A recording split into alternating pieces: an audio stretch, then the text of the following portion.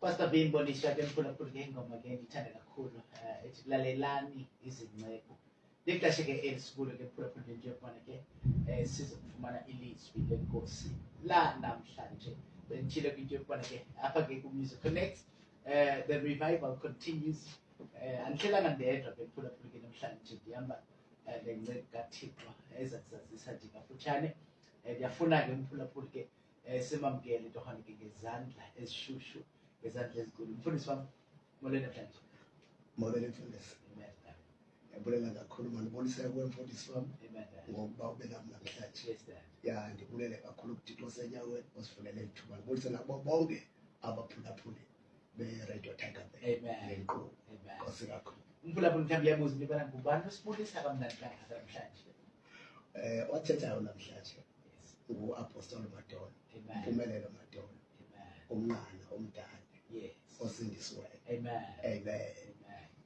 Alright, mphulaphuli ke uyasivela ke unkosile ke uMadola khona in the building uzosiphathele ke izwi lethu because ndifuna nje indlebe mphulaphuli kuzibaze esiba izaphinda over kuye asiphathele ilizwi lethu namhlanje over to you Nkosi kakhulu masibulele kakafutshane mandiphinde ke ndibulise kuba bonke abaphulaphuli be-Tigerberg nale nkqubo ethi Music Connect. This is the day uNkulunkulu aphinde wasenzela yona ukuthi ke sonwabele. Cela ke namhlanje sesizoyena ezwini. Ndiyazi ukuthi abaphulaphuli banengxaki ngengxaki, banezidingo ngezidingo. I believe ke ukuthi uNkulunkulu namhlanje kuhlweni uza kufika kanye kwizidingo zethu sonke. Cela ke sikhawulezeni sifumanele kuJohn chapter 15. Apho ke izofundeka ngohlobo. Jesus the true vine. Ato verse number 1. I am the true vine, and my Father is a gardener. He cuts off every branch of mine that does not produce fruit, and he prunes the branches that do have already been pruned and purified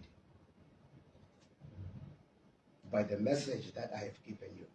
Remain in me, and I will remain in you. For a branch, I like this one. For a branch cannot produce fruit on itself, not unless it remains in me. Amen. Now ke amazwi endithanda ukuthi nje sobelaleni ngalo tonight sesizolala egameni lenkosi uYesu. Ayona nto mfundisela abantu. Ndixhomekisiwe nami le message. Ethi uYesu ungumdiliya wenyaniso. Umlimi wawo ngubaba. Uthi onke amasana ahleli kuwo athwala isiqhamo. Uba ufuthi uphinde awaprune ukuze athwale isiqhamo ngakuwo. Amen. Amen. Athi ke lawo kangawuthwala isiqhamo uyawasusa ubaba ukuze ome. Uthi ngoba ningahlelanga kuwo aninokwenza nto. Kanjalo nesebe lingahlelanga emthini alinakho ngokwalo ukuthwala isiqhamo. Cela nje ke kwabafutshane nje mfundisi wami ndingene nje kwindawo ethi simele thina singabantu siyimamele futhi siyicinge into othi uNkulunkulu lokuthetha ukuthini okanye uYesu uthetha ukuthini xa ethi ndimi umdiliya wenyaniso. Athi hlalani kuni. Kunenye version ke tata endiyithandayo yona ayoneli ukuthi hlalani kuni. Ithi live in me that I may live in you. Amen. Ngoba kukhona umahluko wokuba khona. Kanti ukhona umahluko wokuphila. Athabeli ukubethetha ke ukuba khona mhlambe kukuexist but ukuphila is to live. Amen. Ngiyacela nje kubaphulaphuli basekhaya siqaphelele indawo ethi hlalani kum, philani kum. Ngamanye amagama philani ngam, ityani kum, mamelani kum, philani khona ukuze nithwale isiqhamo. Amen. Nje kunento endidlayo ukuthi inoba kutheni uYesu umfundisi out of all asukathi nje hlalani kum, ngoba I believe ukuthi akekho umuntu osukathi makuhlabe kuye kanti akanagunya nalo. Akekho umuntu onothi phila kum kanti lo muntu akana ability yokuthi aphilise abaphila kuye. Amen. I believe ke ngokuthi mninzi umbuzo ohleliyo kubaphulaphuli. Kutheni uYesu athi hlalani kum? Uqhutywe intoni? Okwesibini zithini benefits zokuhlala kuye? Amen. Ndivumele nje mfundisi wami ndithi umhlaba esikuwo awumdingi umuntu ongahlelanga kuYesu. Amen. Ngoba ihlabathi esikulo line surprises of life, line disappointments. Namhlanje kuhle ngomso kubi, namhlanje sikhona ngomso asikho. Sinexesha lokufika, sinexesha lokuduluka. Kodwa eyona nto enamandla endicinga uba ibalulekile sesa statement esithi ningahlelanga kum, ningaphilanga kum, aninawukwenza nto. Ndiyacela nje ke mfundisi wami undivumele sityhile nje into ezawukwazi ucollaborate nesi statement esithi ndim umdiliya wenyaniso, amasebe onke akum, uba uyawathena athwala isiqhamo kakhulu, kodwa wonke angathwala isiqhamo uyawasusa ukuzome. Ningahlelanga kum, aninawukwenza nto. Umbuzo ke ndifuna siwuphendule mfundisi wami ngulo uthi kutheni uYesu ethi namhlanje abe negunya, abe ne-assurance, abe ne-authority, ukuthi abe ne-confidence yokuthi hlalani kum, mna ndihlale kum.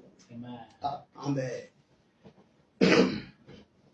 Yacela nje sijongeni phaa kwincwadi yaseKolose. Chapter number 1. Sawufunda from verse 15. I think sawufunda nje u-15 no-16. Uthi Christ is supreme, is heading yakho. Athi ke uverse 15.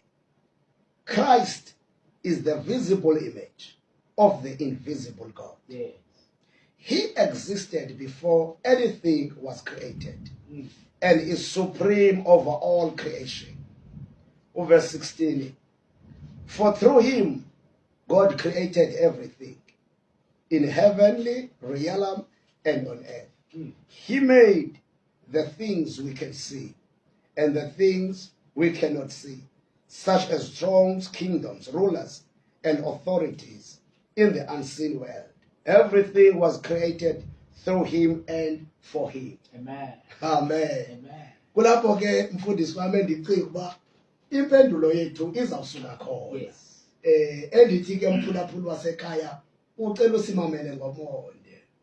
Uthi uYesu kule ndawo hlalani kum. Njengendoda enegunya. Uthi philani kum. Ngamanye amagama xa umuntu esithi philani kuye, yena uzimisa as isource yokuphila. Then thina abantu abazawuphila sitsale kuye. Ngoku xa ethi yena uzenza umzekelo athi mna I am a true vine, ndingumdiliya wenyaniso, aze ke ngoku nina abantu abasemhlabeni nibe ngamasebe. Amen. So if usike sibone isebe alikwazi ukuthwala isiqhamo, alikwazi usurvive, futhi alikwazi ukuphila ixesha elide, alikwazi uba useful lingamiliselwanga emthini. And emthini limele ukuphila ngokuthi lifunxe into elifumana emthini.